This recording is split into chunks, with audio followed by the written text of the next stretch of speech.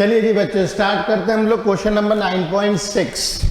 9.6 question है light from a point source in air falling on a spherical glass surface जिसका refractive index दिया 1.5 and radius of curvature 20 centimetre.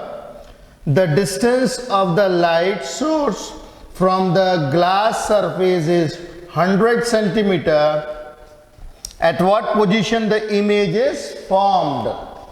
मतलब question जो हमें लोगों को दिया हुआ है वो कुछ इस तरीके से दिया हुआ है। एक स्फेरिकल सरफेस है, रिफ्रैक्टिंग सरफेस, और ये ग्लास है, ऐसा दिया हुआ है क्वेश्चन में। ये क्वेश्चन में दिया हुआ है कि ये ग्लास है और इसका रिफ्रैक्टिव इंडेक्स जो है वो है 1.5। ये दिया हुआ है हम लोगों को ग्लास और इसका रिफ्रैक्टिव इंडेक्स दिया है 1.5। ये होता है N2 और यहाँ पे है N1। और पहले मीडियम की कोई जानकारी नहीं दी है, इसका मतलब है इसको हम लोग एयर मान के चलेंगे और इसका रिफ्रैक्टिव इंडेक्स होता है 1। Okay, the distance of the light source from the glass surface is 100 centimetre. At what position the image is formed.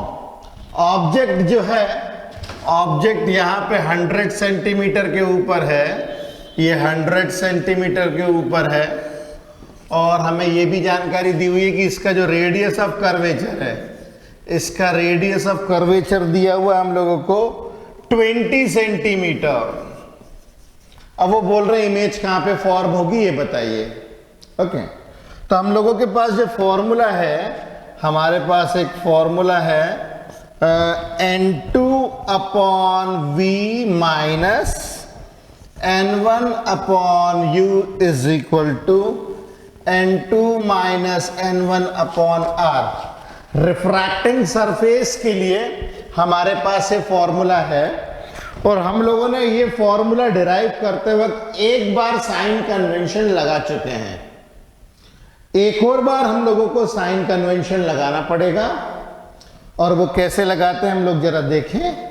यहां पे जैसे बताया गया है कि हमारे पास ऑब्जेक्ट है, तो ऑब्जेक्ट की लाइट रेस कुछ इस तरीके से जाएंगी और ये इमेज कुछ यहाँ पे ऐसी बननी चाहिए। ओके, अच्छा, ये जो स्फेरिकल सरफेस है इसका रेडियस ऑफ कर्वेचर इस तरफ आएगा ना। ये जो स्फेरिकल सरफेस है, इस स्फेरिकल सरफेस का रेडियस ऑफ कर्वेचर इस तरफ आएगा, तो इसके रेडियस ऑफ कर्वेचर क्योंकि राइट हैंड साइड में है तो +20 लेंगे। ऑब्जेक्ट डिस्टेंस 100 सेंटीमीटर इस तरफ है लेफ्ट हैंड साइड में, तो ऑब्जेक्ट डिस्टेंस -100 सेंटीमीटर लेंगे, और हम लोग को v की वैल्यू निकालनी है। Got the point. तो N2 मतलब 1.5 अपॉन v निकालना है, तो जिसे निकालना होता है साइन नहीं रखेंगे हम लोग, अपॉन N1 अपॉन U की वैल्यू है -100 is equal to N2 minus N1। 1.5 minus 1 divided by radius of curvature that is +20 centimetre. तो आ जाएगा 1.5 upon V plus 1 upon 100 is equal to 0.5 upon 20। इसको फर्दर सॉल्व करते हैं, और तो 1.5 upon V this is equal to 5 upon 200 minus 1 upon 100। क्या किया है मैंने, इसका पॉइंट हटा दिया, यहाँ पे 0 लगा दिया। 5 अपॉन 200 माइनस 1 अपॉन 100, तो 1.5 upon V is equal to 200 आ जाएगा LCM 5 minus 2, 1.5 upon V is equal to 3 upon 200, and V will be equal to 1.5 into 200 divided by 3. ये जाएगा v is equal to 300 divided by 3, तो v की value आ जाएगी 100 centimetre. अपने आप positive आया है, मतलब राइट हैंड साइड में इसकी इमेज का फॉर्मेशन होगा। ओके, तो देखिए कुछ इस तरीके से हम लोगों ने स्फेरिकल सरफेस का जो यूज किया फॉर्मूला, इस क्वेश्चन में वह यूज करना है। ओके, चलिए अब हम लोग देखें question number 9.7। Question number 9.7 theoretical question है और ये क्वेश्चन बोल रहा है a magician during a show makes a glass lens with refractive index 1.47 disappear in a through of liquid. ये बता रहे हैं कि एक लेंस है और इस लेंस का रिफ्रैक्टिव इंडेक्स जैसे बता रहा है, ये रिफ्रैक्टिव इंडेक्स है 1.47 और इसको एक लिक्विड से पास किया इसने, और इस लिक्विड से जैसे ही पास किया इस लेंस को, तो ये लेंस डिसअपियर हो गया। ये लेंस जो है डिसअपियर हो गया। ये जो लिक्विड है, इस लिक्विड से जैसे ही पास किया लेंस डिसअपियर हो गया। What is the refractive index of the liquid और could the liquid be water? अब जरा देखिए क्वेश्चन में बोल रहा है एक मैजिशियन है, मैजिशियन ने एक लेंस और उस लेंस को लेकर के उसने एक लिक्विड से पास किया उस लेंस को, और जैसे ही लिक्विड से पास किया तो ये लेंस डिसअपियर हो गया, दिखना ही बंद हो गया। ऐसे कैसे हो सकता है ना, क्योंकि देखो अगर ये दोनों अलग अलग मीडियम होते, अगर ये दोनों अलग अलग मीडियम होते तो फिर ये डेफिनेटली जो है कुछ ना कुछ तो रिफ्रैक्शन दिखाता। अगर ये डिसअपियर हो गया है इस मीडियम में, इसका मतलब इस लिक्विड का रिफ्रैक्टिव इंडेक्स और इस लेंस का रिफ्रैक्टिव इंडेक्स सेम होना चाहिए। तो refractive index of liquid must be equal to refractive index of lens. अच्छा जी, लेंस जो है जनरली लेंस बनता है ग्लास से। ओके, ग्लास का जो रिफ्रैक्टिव इंडेक्स है, ग्लास का रिफ्रैक्टिव इंडेक्स होता है 1.5 और यहां पे दिया हुआ 1.47। तो पक्की बात है ये लिक्विड ये जो ग्लास, एक पर्टिकुलर टाइप का ग्लास होगा जिसका रिफ्रैक्टिव इंडेक्स 1.47 है, और जिस लिक्विड से हमने पास किया वो लिक्विड जो है उसका रिफ्रैक्टिव इंडेक्स भी 1.47 होगा। तो वो बोल रहे क्या ये लिक्विड पानी हो सकता है? तो ये रिफ्रैक्टिव इंडेक्स, ये जो लिक्विड जो है ये पानी नहीं हो सकता है, क्योंकि वाटर का जो रिफ्रैक्टिव इंडेक्स होता है वो होता है 4/3, मतलब 1.33। तो इसका रिफ्रैक्टिव इंडेक्स 1.47 है, तो ये वाटर तो बिल्कुल नहीं हो सकता, ये वाटर तो बिल्कुल नहीं होगा। तो वाटर छोड़ करके और दूसरा कोई लिक्विड होगा, और ये रिफ्रैक्टिव इंडेक्स ग्लिसरीन का होता है। ठीक है, तो ये जो लिक्विड होगा, this liquid must be glycerine, liquid must be glycerine. Okay, चलिए फटाफट इसको लिखिए। स्टार्ट करते हैं हम लोग अगला क्वेश्चन, एग्जाम्पल 9.8। एग्जाम्पल 9.8 में डेटा दिया हुआ है, if focal length is equal to 0.5 metre for a glass lens, what is the power of the lens? पहले पार्ट में हम लोगों को दिया हुआ है फोकल लेंथ है 0.5 मीटर और वो पूछ रहे हैं पावर ऑफ द लेंस कितना होगा, लेंस का पावर कितना होगा। अगर मैं इसका सोल्यूशन देखूं तो फोकल लेंथ हम लोग को दिया 0.5 मीटर, पावर का जो फॉर्मूला होता है वो होता है 1 focal length, and this focal length is taken in metres, और ऑलरेडी मीटर्स में दिया हुआ है। तो पावर जो है वो हो जाएगा 1/0.5, और 0.5 जो है इसको लिख सकते हैं 5/10, ये हो जाएगा 10/5, दैट इज 2 डायोप्टर। ये इसकी पावर हो जाएगी। अच्छा, फोकल लेंथ में साइन नहीं दिया हुआ हम लोग को, ना तो प्लस दिया ना तो माइनस।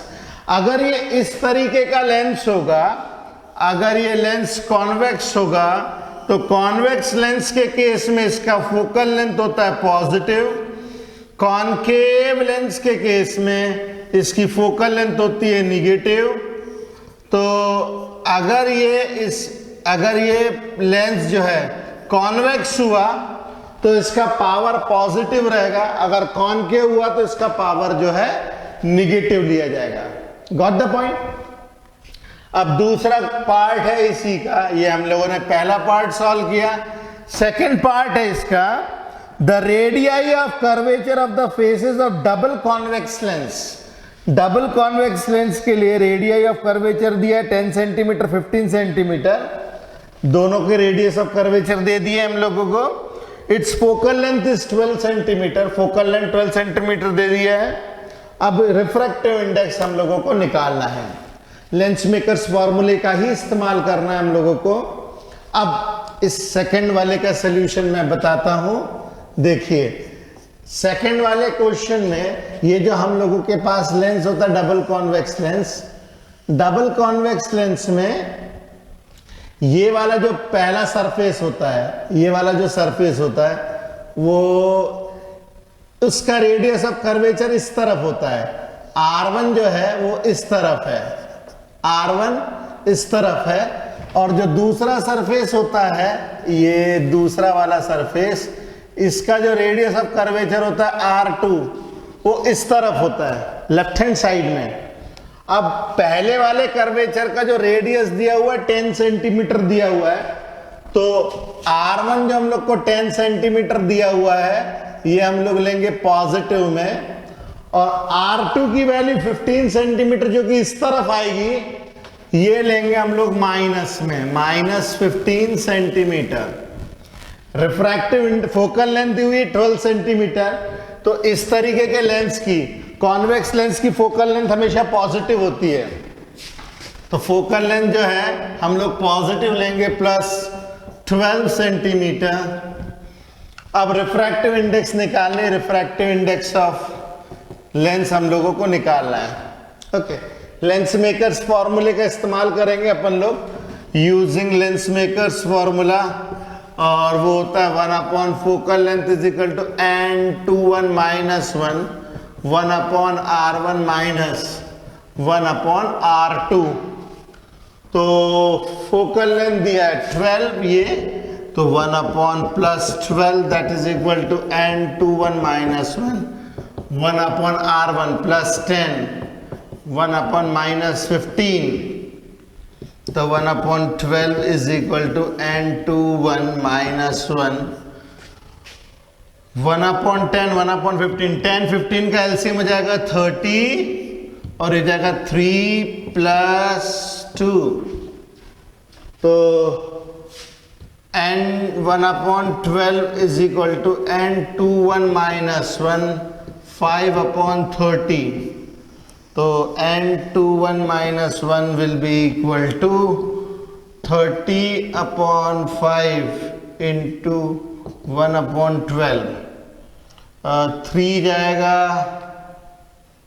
10 से, 3 जाएगा 4 से, ये जाएगा 2 से, ये जाएगा 2 से, तो n21 आज -1 इज इक्वल टू 1/2, तो n21 is equal to 1/2 + 1 that is 3/2, मतलब 1.5।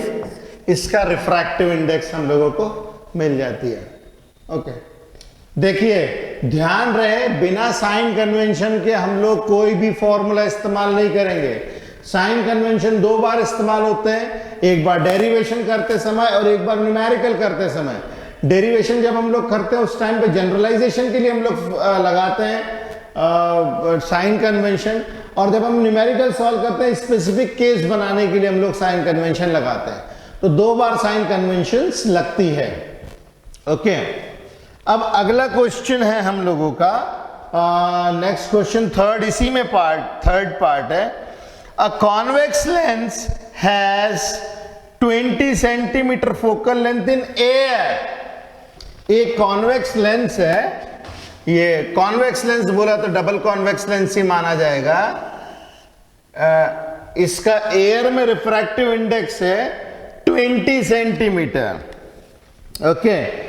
और वो बोल रहा है what is the focal length in water, water के अंदर इसकी फोकल लेंथ कितनी होगी वो हम लोगों को बताना है। ये जो ग्लास लेंस होता है ना, ये ग्लास होता है, और जब ये हवा में रहेगा तब इसकी फोकल लेंथ है 20 सेंटीमीटर डेफिनेटली प्लस, और जब इसको वाटर में डाला जाएगा तब इसका फोकल लेंथ कितना है ये चेक करना है। वाटर का रिफ्रैक्टिव इंडेक्स दे रखा है, ग्लास का रिफ्रैक्टिव इंडेक्स भी हम लोगों को दे रखा है। मैं थर्ड पार्ट करता हूं, ये मैं थर्ड पार्ट सॉल्व करने के लिए इतनी जगह का इस्तेमाल करता हूं, ओके। ये थर्ड पार्ट मैं सॉल्व करूंगा यहां पे, ओके। तो फोकल लेंथ दिया हुआ एयर में +20, यूज करेंगे हम लोग lens makers formula 1/f is equal to n refractive index of glass with respect to air -1 is into 1/r1 - 1/r2। ये मैंने लेंस फॉर्मूला लगाया है एयर ग्लास के लिए। फोकल लेंथ कितनी दी हुई है 20, 1/+20 is equal to refractive index है 1.5, 1.5 - 1, 1/r1 - 1/r2, ये हो जाएगा 0.5, 1/20 is equal to 0.5, 1/r1 - 1/r2। तो 1/r1 - 1/r2 is equal to 1/20 into 0.5, तो 1/r1 - 1/r2 is equal to 1/10 आ जाएगा। इसको पहली इक्वेशन अपन ले लेते हैं। अब इसके बाद में वो बोल रहा है यही ग्लास लेंस वाटर के अंदर में उसका रिफ्रैक्टिव इंडेक्स कितना होगा। तो अब अपन लोग ग्लास लेंस को रख देते हैं वाटर के अंदर। ये मैंने वाटर के अंदर में ग्लास लेंस को रख दिया है, ये वाटर के अंदर में ग्लास लेंस को रख दिया है, ठीक है। तो अब जो लाइट रेज जाएंगी वो जाएंगी वाटर से ग्लास के अंदर में, ठीक है। तो रिफ्रैक्टिव इंडेक्स हो जाएगा ग्लास का विद रिस्पेक्ट टू वाटर। तो ये हो जाएगा refractive index of glass upon refractive index of water. Refractive index of glass होता है 1.5, वाटर का होता है 1.33, ग्लास को लिख सकते हैं 3/2, 1.33 होता है 4/3, और ये हो जाएगा 9/8, 9/8 आ जाएगी इसकी रिफ्रैक्टिव इंडेक्स, ओके। अब हम लोग जो है, जब हम लोगों ने वाटर के अंदर में ग्लास को रखा तो इसका कर्वेचर तो चेंज नहीं होने वाला ना। ये जो कर्वेचर है लेंस का, ना तो R1 चेंज होगा और ना ही R2 चेंज होगा, केवल मीडियम चेंज हुआ है। जो पहले एयर था अब वाटर आ गया है, तो उसके लिए हम लोगों ने रिफ्रैक्टिव इंडेक्स निकाल चुके हैं। तो जो नया फोकल लेंथ होगा वो कैसे निकालेंगे, 1/f is equal to n refractive index of glass with respect to water -1, 1/r1 - 1/r2। Curvature will remain same, तो 1/r1 - 1/r2 को हम लोग लिख सकते हैं, लिख चुके हैं 1/10 इसकी वैल्यू निकाल चुके हैं। तो 9/8 - 1/r1 - 1/r2, दिस इज 1/10। तो ये हो जाएगा 9 - 8, 1/8 इंटू 1/10, तो ये हो जाएगा 1/80, 1/f इज इक्वल टू 1/80। तो फोकल लेंथ आ जाएगा हमारे पास में 80 सेंटीमीटर। तो जिस ग्लास की एयर के अंदर में फोकल लेंथ थी 20 सेंटीमीटर, वाटर में डालते ही उसकी फोकल लेंथ हो गई 80 सेंटीमीटर। मतलब फोकल लेंथ चेंज होती है, ठीक है ना। जब हम मीडियम चेंज करते हैं तो फोकल लेंथ भी चेंज हो जाती है। Got the point. चलिए फटाफट इसे लिखिए